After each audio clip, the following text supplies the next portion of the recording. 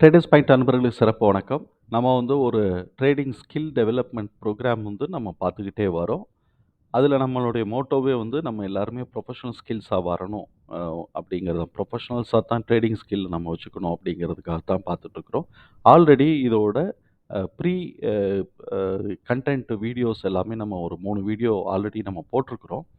அதில நம்ம வந்து என்விரான்மென்ட்னா என்ன? டிமாண்டுனா என்ன? நீடுனா என்ன? டிமாண்ட்னா என்ன? அதெல்லாம் எப்படி அரைஸ் ஆகுது? அத பேஸ் பண்ணி தான் நம்ம வந்து செக்டார்ஸையும் நம்ம அதுக்கப்புறம் தான் கம்பெனிஸையும் செலக்ட் பண்ணணும். அப்படிங்கிறதெல்லாம் அதில நம்ம பார்த்துட்டோம். இப்ப நம்ம வந்து செலக்ட் பண்ணியிருக்கக்கூடிய கம்பெனிஸ வந்து கிளாசிஃபை பண்ணணும். கிளாசிஃபை பண்றது அப்படின்னு சொன்னா பிரிக்கணும். ஒவ்வொரு கிளாசிஃபிகேஷனுக்கும் ஒரு ஒரு சிக்னிஃபிகன்ட் உண்டு. முக்கியத்துவம் உண்டு. அந்த முக்கியத்துவத்துக்கு ஏத்த மாரி நம்ம கம்பெனிஸ பிரிக்கணும். அப்பதான் நம்ம இன்வெஸ்ட்மென்ட்க்கு ஏத்த மாரி எல்லாமே மாறும். நம்மளுடைய நோக்கமே வந்து அறிவு சார்ந்த பயிற்சியும், பயிற்சியுடன் கூடிய முயற்சியும் என்னைக்கும் தோத்ததா சரித்திரமே கிடையாது. சில நேரம் தவறலாம். ஆனா தோக்கவே தோக்காது. அதனால நம்ம அறிவு சார்ந்த பயிற்சியும், பயிற்சியோட கூடிய முயற்சியும் நம்ம செஞ்சுகிட்டே இருப்போம். நமக்கு எல்லாமே நல்லபடியா நடக்கும். அப்படி வகையில, இப்ப நம்ம வந்து கம்பெனிய வந்து கிளாசிஃபை பண்ண போகும்போது, ஃபர்ஸ்ட்டு வந்து இத 2ஆ பிரிக்க போறோம். ஒண்ணு வந்து பிசினஸ் என்வைரன்மென்ட்ல அந்த கம்பெனியோட பொசிஷன் என்ன இருக்கு? அதுக்கப்புறம் வந்து ஷேர் மார்க்கெட்ல அந்த கம்பெனியோட பொசிஷன் என்னவா இருக்கு? அப்படிங்கிறத நம்ம வந்து செக் பண்றோம். அப்படி செக் பண்ணும்போது, இப்ப நம்ம அதத்தான் நம்ம இப்ப தெரிஞ்சுக்க போறோம். பிசினஸ் என்வைரன்மென்ட்ல வந்து கம்பெனியோட ஸ்டேட்டஸ நம்ம பார்க்கும்போது பார்த்தோம் அப்படின்னு சொன்னா, மார்க்கெட் லீடர், சேலஞ்சர், ஃபாலோயர், நீச்சர் அப்படின்னு சொல்லிட்டு 4ஆ பிரிச்சிருப்பாங்க. இந்த லீடர் அப்படிங்கிறவங்களுக்கு வந்து பார்த்தோம் அப்படின்னு சொன்னாக்க, கிட்டத்தட்ட வந்து பார்த்தீங்கன்னா, எல்லா கம்ப்ளீட் ரிசோர்ஸஸும் இருக்கும். சேலஞ்சர்ஸும் லீடருக்கு ஈக்குவலான ரிசோர்ஸஸ் வச்சிருப்பாங்க. இந்த முதல் 2 மார்க்கெட் லீடர் அண்ட் சேலஞ்சர்ஸ்க்கு பார்த்தீங்கன்னா, ரிசோர்ஸஸ்லாம் ஆல்மோஸ்ட் ஐடென்டிகல்னா கிட்டத்தட்ட ஒரே மாதிரி பெருசா இருக்கும்.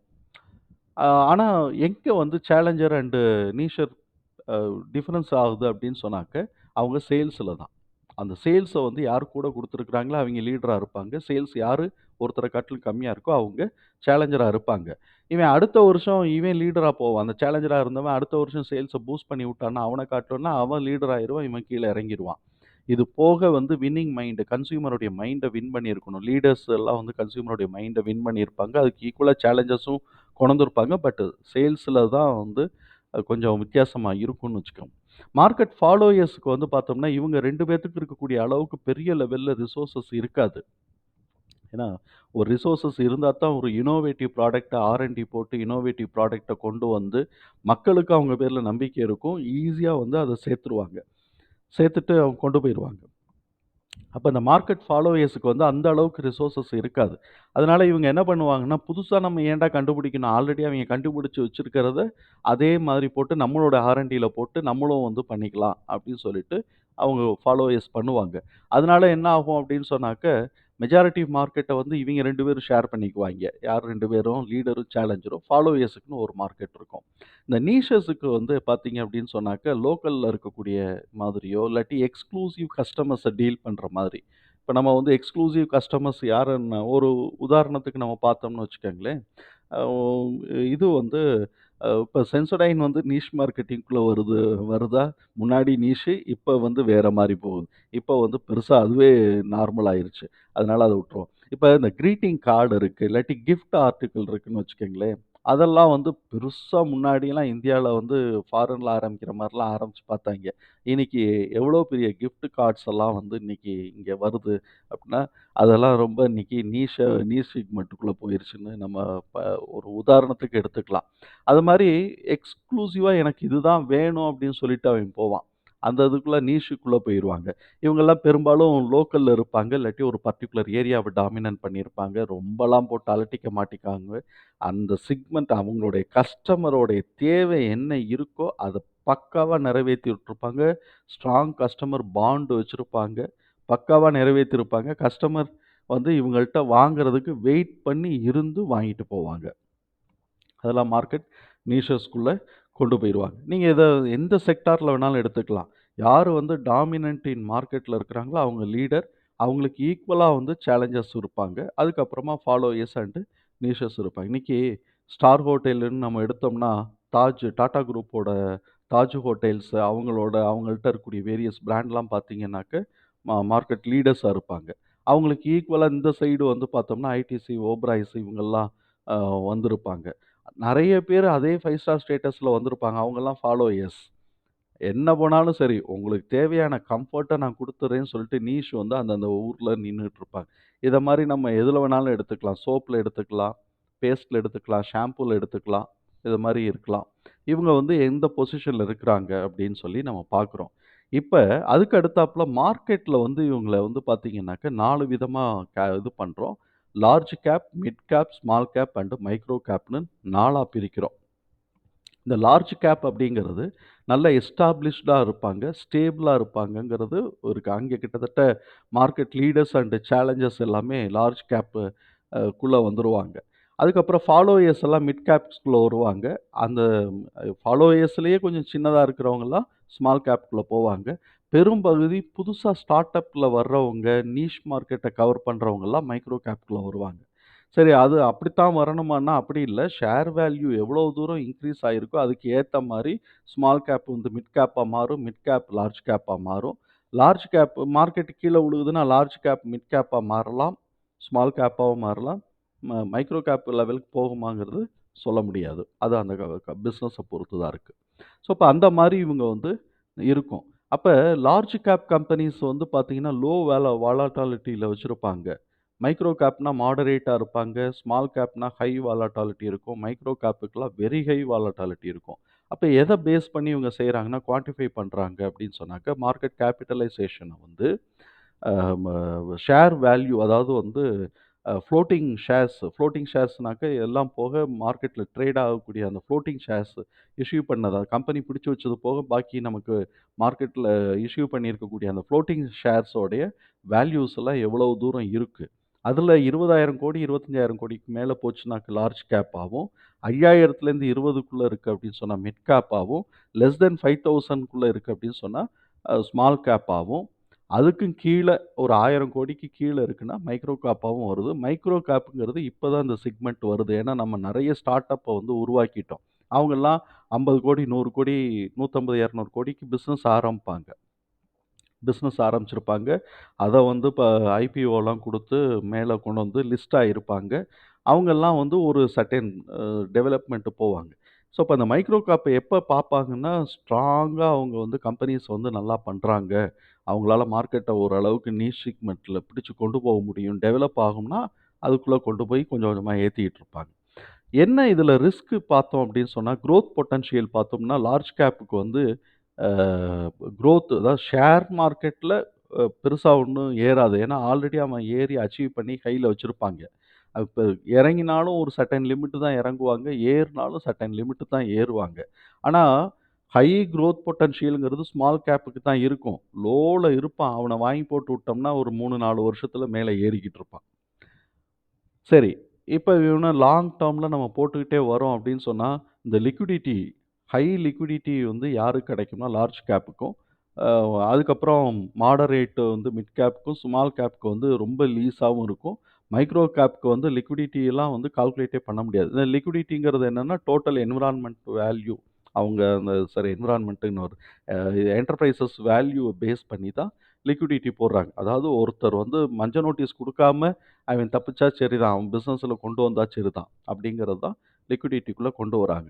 இப்ப இதுல ஒரு சிக்னிஃபிகன்ஸ் என்ன இருக்கு அப்படின்னு சொன்னாக்க, மார்க்கெட் இப்ப ஃபுல்லா கீழ விழுந்துருச்சுன்னு வச்சுக்குவோமே. இப்ப இந்த 2020க்கு முன்னாடிலாம் மார்க்கெட் கீழ ரொம்ப விழுந்துச்சா? கொரோனா காலகட்டங்கள்ல கூட மார்க்கெட் கீழ விழுந்தது. ஆனா, முன்ன அளவுக்கு கீழ கீழ போய் விழுகிற அளவுக்குலாம் வரலன்னாலும் வந்ததுன்னு வச்சுக்குவோமே. ஒரு மேஜர் செக்மென்ட்டா மேஜரா அடி வாங்கினான்னு வச்சுக்குவோம்.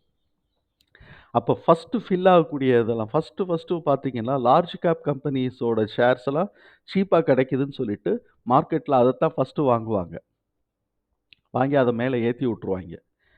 அது ஏறி முடிஞ்ச உடனே அதோட மேக்ஸிமம் பொட்டன்ஷியல ரீச் ஆன உடனே அடுத்து மிட் கேப், ஸ்மால் கேப்ன்னு ஒவ்வொன்னா கான்சன்ட்ரேட் பண்ணி மேல ஏத்திட்டு இருப்பாய்ங்க.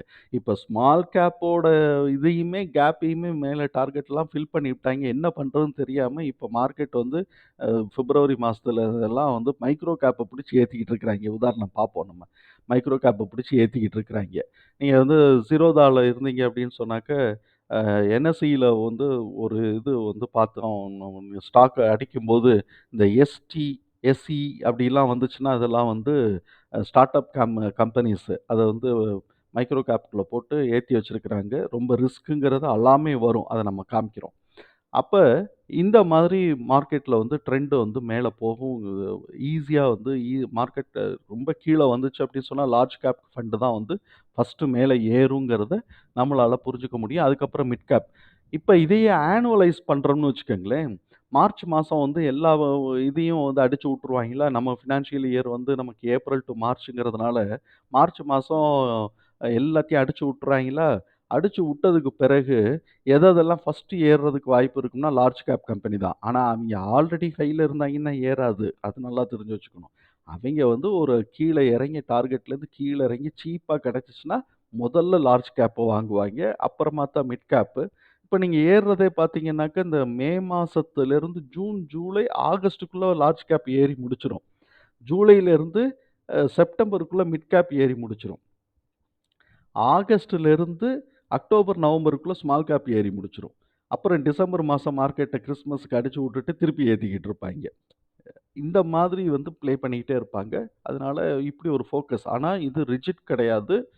பல நேரம் இத மாரி நடந்திருக்கு. அப்படிங்கிறது தான் நம்ம இதில சொல்ல வரோம். கண்டிப்பா ஃபர்ஸ்ட்டு எடுத்த உடனே லார்ஜ் கேப், அப்புறம் தான் மிட் கேப், அப்புறம் தான் ஸ்மால் கேப் அப்படிங்கிறது எப்போதுமே இல்ல. பல நேரம் நடந்திருக்குங்கிற ஒரு உதாரணமா பார்க்குறோம். இத வருஷத்துக்கு பார்த்தோம். இப்ப மாசத்துக்கு பார்த்தீங்கன்னு வச்சுக்கங்களேன், நல்லா கவனிச்சு பாருங்க. மந்த்லி எக்ஸ்பைரி முடிஞ்ச உடனே, ஃபர்ஸ்ட்டு வந்து எதெல்லாம் லார்ஜ் கேப்ல டார்கெட் ஃபில் ஆகலையோ, அதுதான் முதல்ல ஏறும்.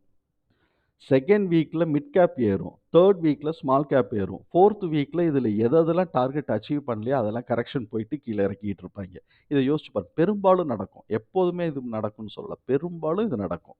அப்படி நீங்க யோசிச்சு பார்த்தீங்கன்னா, அப்படியே ஸ்லோவா பாருங்க. இத அப்ப வந்து பார்த்தீங்கன்னா, அடுத்த மாசத்துக்கு ஃபர்ஸ்ட் வீக்ல லார்ஜ் கேப் ஃபண்ட் ஏறுதுன்னா, எதெல்லாம் 3ர்ட் வீக்ல லார்ஜ் கேப் கீழ இறக்கி வச்சிருக்கிறானோ, அவன நம்ம வந்து ஃபோக்கஸ் பண்ணிக்கிட்டு, பிரேக் அவுட் ஆனோனே வாங்கி போட்டா போதும். ஸ்விங் ட்ரேடுக்குன்னு பெருசாலாம் நம்ம வந்து அ ஸ்க்ரீன் அவுட்லாம் பண்ணி பெருசாலாம் பண்ண வேண்டியதில்ல. இத மாரி பண்ணினாலே போதும். நமக்குன்னு ஒரு 10 ஷேர கையில வச்சுக்கிட்டு, மேலேயும் கீழயும் ஏத்தி இறக்கிக்கிட்டு இருந்தாலே, நம்ம ப்ளே பண்ணாலே போதுமானது. ஈஸியா நடக்கும். இப்ப இந்த கேப்பிட்டலைசேஷன வச்சுட்டு, நமக்கு மார்க்கெட் லீடர்லேருந்து அந்த ஸ்டேட்டஸ்லேருந்து பார்த்தோம்னாக்க, இங்க கேப்பிட்டலைசேஷன் எப்படி ஃபில் ஆகுதுன்னு கனெக்டிவிட்டி தெரியும். இத எப்படி நம்ம அப்ளை பண்றோங்கிறது நமக்கு தெரியும். இப்ப இத வந்து எப்படி நம்ம ஸ்க்ரீன் அவுட் பண்றது அப்படிங்கிறதுக்கு நம்ம வந்து பிராக்டிகலா நம்ம பார்க்கணும். இத ஸ்க்ரீன் அவுட் பண்றோம் அப்படின்னு சொன்னா, முதல்ல நம்ம வந்து பிராக்டிகலா நம்ம பார்க்கறதுனால, இந்த வருஷம் பட்ஜெட் அலோகேஷன்ஸ்லேருந்து ஆரம்பிப்போம். அதுதான் இப்ப வந்து ஜனவரி, பிப்ரவரிலாம் அதுதான் ஏறிக்கிட்டு இருக்கு. அதுக்கப்புறமா நம்ம பிராக்டிகலா கொண்டு போவோம். இப்ப பட்ஜெட் அலோகேஷன்ஸ்ல என்ன பண்ணியிருக்கிறாங்க, இப்படியே வேரியஸ் செக்மென்ட்ல வந்து போன வருஷம் அலோகேஷன்ஸோட இந்த வருஷம் எதெல்லாம் குறைச்சிருக்கோ, அந்த இண்டஸ்ட்ரியோட ஸ்கோப் எல்லாம் இந்த தடவ ஏறுறது கம்மியா இருக்கும். அதுல வந்து ஏதாவது மிச்சம் மீதி இருக்கக்கூடிய கம்பெனிஸ் மாத்திரம் தான் மேல ஏறும்னு வச்சுக்குவோம். இப்ப இது வந்து பார்த்தீங்கன்னா, டிஃபென்ஸுக்கு வந்து போன தடவ காட்டிலும் இந்த தடவ 15 பாயிண்ட் கூட ஏத்தியிருக்கிறாய்ங்க. ரோட்ஸ் அண்ட் பிரிட்ஜஸ்ல வந்து போன எஸ்டிமேஷன காட்டிலும் இந்த எஸ்டிமேஷன் கொஞ்சம் கம்மியா இருந்திருக்கு. அதனால ரோடு எஸ்டிமேஷன்ஸ் வந்து இனிமே கேப்ப ஃபில் பண்ண போறாங்க. இல்லாட்டி 1, 2 நியூ ப்ராஜெக்ட் மாத்திரம் தான் இருக்கும்னு வச்சுக்குவோமே. இல்லாட்டி ஆல்ரெடி ப்ரொசீடிங் ப்ராஜெக்ட் 1 எக்ஸ்பேண்டபிள் ப்ராடக்ட்னா 1, 2 இருக்கலாம். அ ஆனா, அது போன தடவ என்ன ஈக்குவலா இருந்துச்சோ, அதே அளவுக்கான ஃபண்ட் இருக்கு. அதே அளவு ஃபண்ட் இருக்கு. அப்ப அந்த வொர்க் கேரி ஆகப்போது. அதனால அதுவும் ஈஸியா இது லைவா தான் இருக்க போதுன்னு வச்சுக்குவோம். கம்ப்ளீட்டா குறைச்சிருந்தா மாத்திரம் தான் நம்ம யோசிக்கணும். ஈக்குவலா இருந்துச்சுன்னா பெருசா யோசிக்க வேண்டாம். இதுல நமக்கு ரொம்ப விசிபிளா தெரியிறது பார்த்தீங்கன்னா, டிஃபென்ஸ் விசிபிளா தெரியுது. அதுக்கப்புறம் டெலிகாம் வந்து விசிபிளா தெரியுது. ஃபெர்டிலைசர்ஸ்க்கு வந்து குறைச்சுட்டாய்ங்க பாருங்க. ஃபெர்டிலைசர்ஸ்க்கு பெருசா குறைஞ்சிருக்காய்ங்க. அதுவும் விசிபிளா தெரியுது. அ அதுக்கப்புறம் வந்து அப்புறம் ஏன் நம்ம ஃபெர்டிலைசர் டிஸ்கஸ் பண்ணிட்டு இருக்கிறோம்னா, இத எங்க வாங்குறதுங்கிறதுக்காக தான். அதுக்கப்புறம் நம்ம பார்த்தோம் அப்படின்னு சொன்னாக்க, இது வந்து சோசியல் வெல்ஃபேரு. இங்க பார்த்தோம்னு வச்சுக்கோங்களேன், ஆயில் அண்ட் கேஸு. அது எக்ஸ்க்ளூசிவா oil and gas. Petroleum and natural gases. இங்க வந்து பார்த்தோம்னா, எலக்ட்ரானிக்ஸு விசிபிளா தெரியுது. போன தடவை காட்டிலும் இந்த தடவ எஸ்டிமேஷன் கூடியிருக்குங்கிறதுக்கு. இவைங்க வந்து renewable energy, power sector renewable எனர்ஜிக்கு ஏத்தி விட்டுருக்கிறாய்ங்க. அப்புறம் ஆட்டோ ஸ்பேர்ஸ்க்கு கொஞ்சமா ஏத்தியிருக்கிறாய்ங்க. ஃபார்மா செக்டாருக்கு கொஞ்சமா ஏத்தியிருக்கிறாய்ங்க. இந்த கொஞ்சமா ஏத்துனது தான் நாட்கோ ஃபார்ம்லாம் இவ்வளோ தூரம் பண்ணா. இப்ப நம்ம வந்து பார்த்தோம்னா, எந்தெந்த செக்டாருக்குள்ள போகணுங்கிறது நமக்கு இதுலேருந்தே தெரிஞ்சு போச்சு. இது வந்து நம்ம ஆல்ரெடி பட்ஜெட்டோட இது வந்து ஒரு அனாலிசிஸ் டிஸ்கஷன் சொல்லிட்டு தனியா ஒரு வீடியோ போட்டிருக்கிறோம். அத நீங்க வந்து பார்க்கணும்னு நினைக்கிறவங்க, அதில நம்ம பார்த்துக்கலாம். என்னென்ன கம்பெனிஸ்லாம் எப்படி பெர்ஃபார்ம் பண்ணியிருக்குங்கிற டிஸ்கஷன் இருக்கு. இப்போ வந்து டிஃபென்ஸ் செக்டார்ன்னு எடுத்துக்குவோம். இந்த நம்ம டிஃபென்ஸ் செக்டார மாத்திரம் நம்ம ஸ்க்ரீன் அவுட் பண்ணி பார்ப்போம். இப்ப நம்ம வந்து எத பண்ண போறோம்னாக்க, இதுக்குள்ள கொண்டு போறோம். எது? நம்ம வந்து ஜீரோதாக்குள்ள கொண்டு போறோம். ஜீரோதால வந்து இப்ப நான் என்ன பண்றோம்,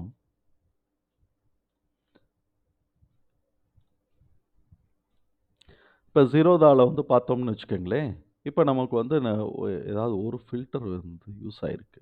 அந்த ஃபில்டர நம்ம வந்து எடுத்து விட்டா தான் ரீசெட். இப்ப கிட்டத்தட்ட பார்த்தீங்கன்னா, ஒரு 4000 கம்பெனி நமக்கு வந்து லிஸ்ட் அவுட் ஆகுது. அது என்ன ப்ரிஃபரன்ஸ்ல 4000 வருதுன்னு தெரியல. இது கிட்டத்தட்ட 10,000 கம்பெனிக்கு மேல இருக்கும். இருந்தாலும் நமக்கு 4000 தான் காட்டுது. சரி. இவைங்கெல்லாம் பார்த்தீங்கன்னாக்க, எல்லா மார்க்கெட் கேபிட்டலைசேஷன் எல்லாமே கடந்திருப்பாய்ங்க. கிட்டத்தட்ட வந்து பார்த்தோம்னாக்க, இவன் வந்து ரிலையன்ஸ் இருக்கிறான் பாருங்க. 20,00,000 கோடிக்கு மேல போயிருக்கிறான்னா, நமக்கு வந்து இங்க 2,00,000 கோடிக்கு மேல போனாலே அவன் எல்லாம் லார்ஜ் கேப்புக்குள்ள ஓடியாந்துருவாய்ங்களா? இதெல்லாம் இந்த மாரி நெறைய இருக்கா? இப்ப நம்ம வந்து டிஃபென்ஸ் செக்டார தான் எடுக்கப் போறோம். இப்ப 4000 கம்பெனி இருக்கு. டிஃபென்ஸ் செக்டார எடுக்கப் போறோம். இப்ப ஜீரோதால பார்த்தோம்னு வச்சுக்கோங்களேன், டிஃபென்ஸ்ங்கிறது எங்க இருக்குங்கிறத நம்ம தேடிக்கணும். இல்லாட்டி ஏதாவது சப் செக்டாருக்குள்ள இருக்கும்.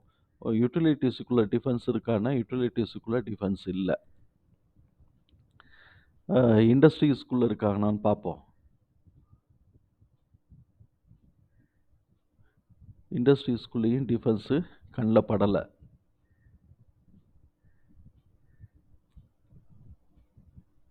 டிஃபென்ஸ்ன்னு கண்ல படல. வேற வேற ஏதாவது மெத்தட்ல இருக்கிறானான்னு பார்ப்போம். சரி. கன்சியூமர் டிஸ்க்ரிஷனரியில இருக்கான்னு பார்ப்போம். டிஃபென்ஸ்ன்னு. இங்கேயும் டிஃபென்ஸ்ன்னு இல்ல. அப்ப அவன் டிஃபென்ஸ் வந்து இண்டஸ்ட்ரியில இருக்கானான்னு பார்ப்போம். இண்டஸ்ட்ரியில தான் ஆல்ரெடி நம்ம பார்த்துட்டோம். இருந்தாலும் திருப்பி ஒரு தடவ பார்க்குறோம். டிஃபென்ஸ்ன்னு சொல்லிட்டு இவன் வந்து செக்மென்ட் பிரிக்கல. அப்ப நம்ம தான் வந்து புரிஞ்சுக்கணும். ஏதோ ஒரு இதுக்குள்ள சப்செக்டாருக்குள்ள டிஃபென்ஸ்ன்னு உள்ள போறான் அப்படிங்கிறத நம்ம புரிஞ்சுக்கணும். அப்ப நம்ம எதுல புரிஞ்சுக்க போறோம்?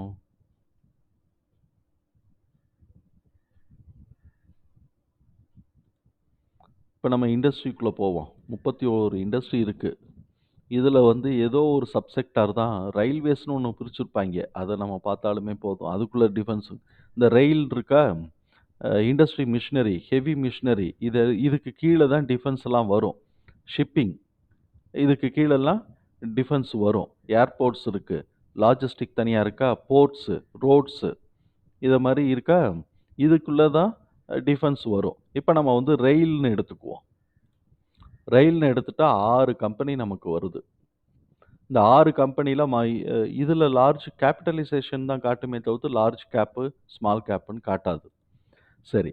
இப்ப நம்ம வந்து என்ன பண்றோம், இது வந்து நமக்கு தெரிஞ்சு போச்சு. இதுல வருது. இதுலயே நம்ம வந்து லார்ஜ் கேப் தான் லிஸ்ட் பண்ணோம்னாக்க, இதுல லார்ஜ் கேப் எதுவுமே இல்ல. மிட் கேப் எதுவுமே இல்ல. ஸ்மால் கேப் தான் எல்லாமே. அப்ப இத வந்து நான் ரீசெட் பண்ணிக்கிறேன். இப்ப இதுக்குள்ள யார் வந்து நல்லா பெர்ஃபார்ம் பண்றாய்ங்க அப்படிங்கும்போது, இந்த 6 கம்பெனிலேருந்து ஒரு கம்பெனிய நம்ம வந்து செலக்ட் பண்ண போறோம். அது ஒரு ஃபில்டர் செலக்ட் பண்ண போறோம். இன்கம் ஸ்டேட்மெண்ட்ட எடுத்துட்டு, நெட் இன்கம்ம நம்ம செலக்ட் பண்றோம். இதுல ஒரு கம்பெனி தான் இதுக்குள்ள எல்லா கம்பெனிக்கும் நெட் இன்கம் வரும். இப்ப இந்த நெட் இன்கம்ம வந்து நம்ம வந்து ரீஆர்கனைஸ் பண்ணோம்னாக்க, இந்த ரயிலுக்குள்ள வந்து பார்த்தோம்னா, ரூ. 248 கோடி ரூவாய்க்கு நெட் இன்கம். நெட் இன்கம்னா ப்ராஃபிட். டோட்டல் வந்து இது ப்ராஃபிட். இப்ப இத கூட நான் ரிமூவ் பண்ணி விடுறேன். டோட்டல் சேல்ஸ் எடுத்துக்குவோம். டோட்டல் சேல்ஸ் எடுத்துக்குவோம். அத பார்த்தோம்னா நமக்கு தெரியும். டோட்டல் ரெவென்யூன்னு இருக்கா? டோட்டல் ரெவென்யூ எடுத்தோம்னா, இவனுடைய டோட்டல் ரெவென்யூ என்னங்கிறது நமக்கு தெரிஞ்சு போயிரும். இப்ப டோட்டல் ரெவென்யூ இத வந்து நம்ம பண்ணோம்னாக்க, ரூ. 3,922 கோடி பிஇஎம்எல் எடுத்திருக்கிறான். அவனுக்கு கீழ வந்து பார்த்தோம்னா, ராமகிருஷ்ணா ஃபோர்ஜிங்கிறது 3,196 எடுத்திருக்கிறான். இதெல்லாம் போன மார்ச்ல நடந்தது.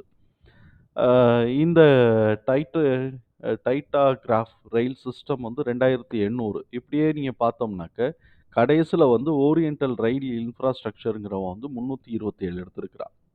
ஸோ, அப்ப இவங்களுக்குள்ள ஃபர்ஸ்ட்டு வந்து யாரோடது வரும்னாக்க பிஎம்எல். அவன் தான் 12 அ இதுக்கு இப்போ மார்க்கெட் கேப்பிட்டலைசேஷன பேஸ் பண்ணி பார்த்தோம்னாக்க, ஜூபிட்டர் வேகன்ஸ் தான் ஜாஸ்தியா இருக்கிறான். அப்ப ஏன் ஜூபிட்டர் வேகன்ஸ் ஆரம்பத்திலேயே ஏறலையா அப்படின்னு சொன்னா, அது வந்து நம்ம அடுத்தடுத்து அந்த கம்பெனிஸ இத மாத்திரம் பார்த்துட்டு நம்ம இல்ல. இதுக்கப்புறம் கம்பெனியோட குவாலிட்டீஸ் எல்லாம் நம்ம செக் பண்ண போறோம். ஃபண்டமெண்டல்லாம் நம்ம பார்த்துட்டு தான் நம்ம எடுக்க போறோம். ஸோ, இப்ப இந்த மாரி ஃபில்டர் ஆயிரும். இப்ப செக்டார பேஸ் பண்ணி, நம்ம வந்து அத பேஸ் பண்ணி ஃபில்டர் பண்ணலாம். சரி இப்ப இத நம்ம உட்டுட்டு, டூ வீலர் எடுப்போம். ஆட்டோமொபைல் எடுப்போம். அது வந்து எங்க வருதுன்னு பார்ப்போம். ஆட்டோமொபைல் வந்து கன்சியூமர் டிஸ்க்ரிஷனரில வருது. ஆட்டோ வருதா? ஆட்டோ வந்து இப்ப ஏன்னா நமக்கு பட்ஜெட்ல வந்து ஆட்டோ குடுத்துருக்காங்க. அப்ப டூ வீலருக்கு என்ன வருதுன்னு முதல்ல பார்ப்போம்.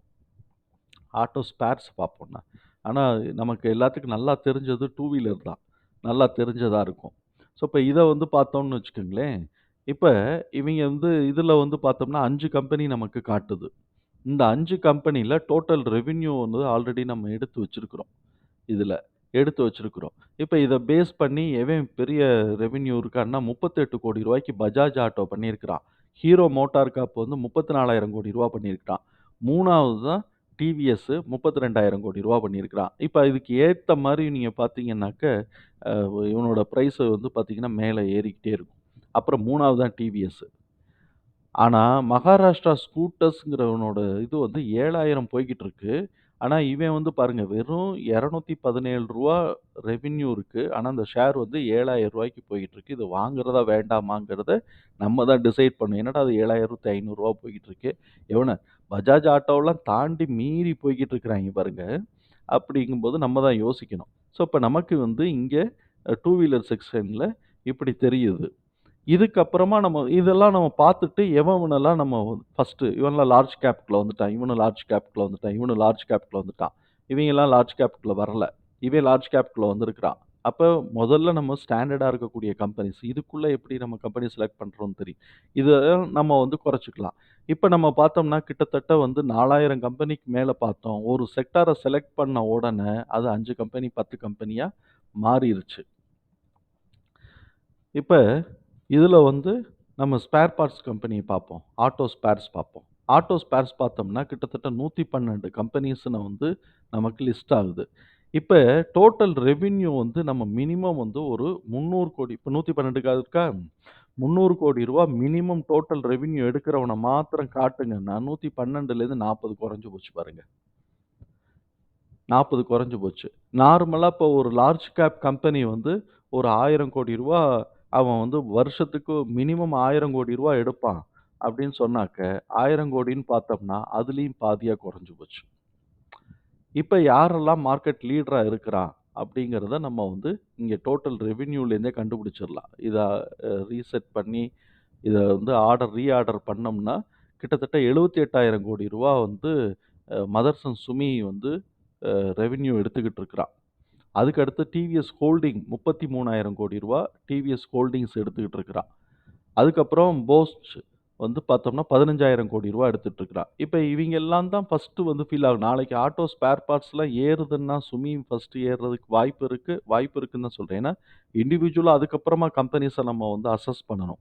இப்ப இதுல எமர்ஜ் ஆகிட்டு இருக்கிறதெல்லாம் நம்ம பார்க்கலாம். போன வருஷம் என்ன ரேட்ல இருந்தான் அப்படிங்கிறதெல்லாம் இப்ப என்ன ஏறிட்டு இருக்கிறான்.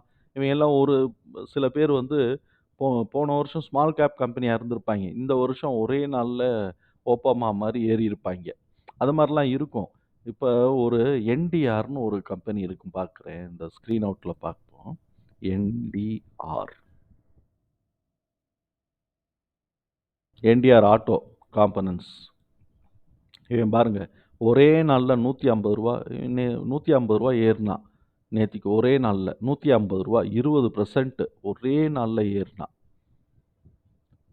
இப்ப இவைங்கெல்லாம் வந்து பார்த்தீங்கன்னா, ஆட்டோ ஸ்பேர்ஸு. இதுக்கு முன்னாடி எவ்வளோபடா இருந்திருக்கிறான் அப்படின்னு சொல்லி அந்த கம்பெனியோட நெட் ஒர்த்த பார்த்தோம்னா, கீழ இருந்திருக்கலாம். டபக்குன்னு மேல ஏறி இருந்திருக்கலாம். ஸோ, இப்ப இந்த மாரி நம்ம பார்த்துட்டு, எப்பப்ப இவைங்க ஏறுறதுக்கு வாய்ப்பு இருக்குங்கிறத நம்ம புரிஞ்சுக்கணும். இன்வெஸ்ட்மென்ட்டுக்கு நம்ம வந்து ரொம்ப பாதுகாப்பா போடுறோம்னா, ஃபர்ஸ்ட்டு லார்ஜ் கேப் கம்பெனிஸ்ன்னு, இன்வெஸ்ட்மென்ட்டுக்கு பாதுகாப்பாவும், ட்ரேடர்ஸ்க்கு வந்து எந்தெந்த காலகட்டங்கள்ல ஏறுறதுக்கு வாய்ப்பு இருக்கு. அப்ப லார்ஜ் கேப் ஃபுல்லா ஃபில் ஆயிட்டாய்ங்கப்பா. இனிமே மிட் அண்ட் ஸ்மால் தான்ப்பா வரப்போறாய்ங்க அப்படிங்கும்போது, நம்ம லார்ஜ் கேப்ப விட்டுட்டு மிட் அண்ட் ஸ்மால மாத்திரம் பார்த்துக்கிட்டு இருக்கலாம். ட்ரேடர்ஸ்க்கு. இன்வெஸ்ட்மென்ட்ல இருக்கிறவன் லார்ஜ் கேப் ஃபண்டே இன்னைக்கு ரொம்ப சீப்பா கிடைக்குதுன்னு சொல்லிட்டு அதுல என்டர் ஆக வேண்டியது. எப்ப? மார்க்கெட் கீழ விழுகும்போது. இப்ப என்டர் ஆகக்கூடாது. மார்க்கெட் கீழ விழுகும்போது. அப்ப நம்ம வந்து கம்பெனிஸ வந்து செலக்ட் பண்றதுங்கிறது, சும்மா வந்து இன்னைக்கு இந்த கம்பெனி ஏறுது, நாளைக்கு அந்த கம்பெனி ஏறுதுன்னால நம்ம எது பண்ணினாலும் ஒரு ஸ்ட்ராங் லாஜிக் அண்ட் எவிடன்ஸோட உள்ள போகும்போது சக்சஸ் ரேட் கூட இருக்கும். எதிர்பார்ப்பு ஃபெயிலியர் ஆகலாம். எக்ஸ்பெக்டேஷன்ஸும் இல்லாட்டி நம்ம பெர்சீவ் பண்ணினது, நம்ம யூகிச்சது தப்பா போகலாம். ஆனா அதுக்கு ஒரு ஸ்ட்ராங் ஃபண்டமெண்டலா அதுக்கு ஸ்ட்ராங் லாஜிக்கும் இருக்கணும், எவிடன்ஸும் இருக்கணும். அப்படி போகும்போது சக்சஸ் ரேட் வந்து ஜாஸ்தியாவும், ஃபெயிலியர் ரேட்டு கம்மியாவும் ஆகும். அதனால தான் நம்ம ஸ்டெப் பை ஸ்டெப்பா நம்ம ஒண்ணொண்ணா பார்த்துட்டே வரோம். இப்ப இன்னைக்கு நம்ம பார்த்ததுல வந்து கிளாசிஃபிகேஷன்ஸ் ஆஃப் த கம்பெனி, அது மார்க்கெட்ல எப்படி வருது அப்படிங்கிறத நம்ம வந்து பார்த்தோம். இதுக்கப்புறம் ஒவ்வொரு கம்பெனியா நீங்களே வந்து ஒரு சார்ட் எடுத்து போட்டு பாருங்க. எது ஃபர்ஸ்ட் ஏறி இருக்கிறான்னு பார்த்தீங்கன்னாக்க, லார்ஜ் கேப் கம்பெனிஸ் ஃபர்ஸ்ட் ஏறி இருக்கிறதுக்கான வாய்ப்புகள் நெறையவே இருக்கும். அப்படி வந்து இதில இருக்கும். அப்ப நீங்க வந்து வேற ஒரு செக்டார்ஸ்ல இத மாரி வேற பிளாட்ஃபார்ம்ல கூட போட்டு பாருங்க. எதுல உங்களுக்கு ஈஸியா இருக்கோ அந்த பிளாட்ஃபார்ம்ல போட்டு பாருங்க. அநேகமா இந்த தகவல் வந்து நமக்கு பயனுள்ளதா இருக்கும்னு நான் நம்புறேன்.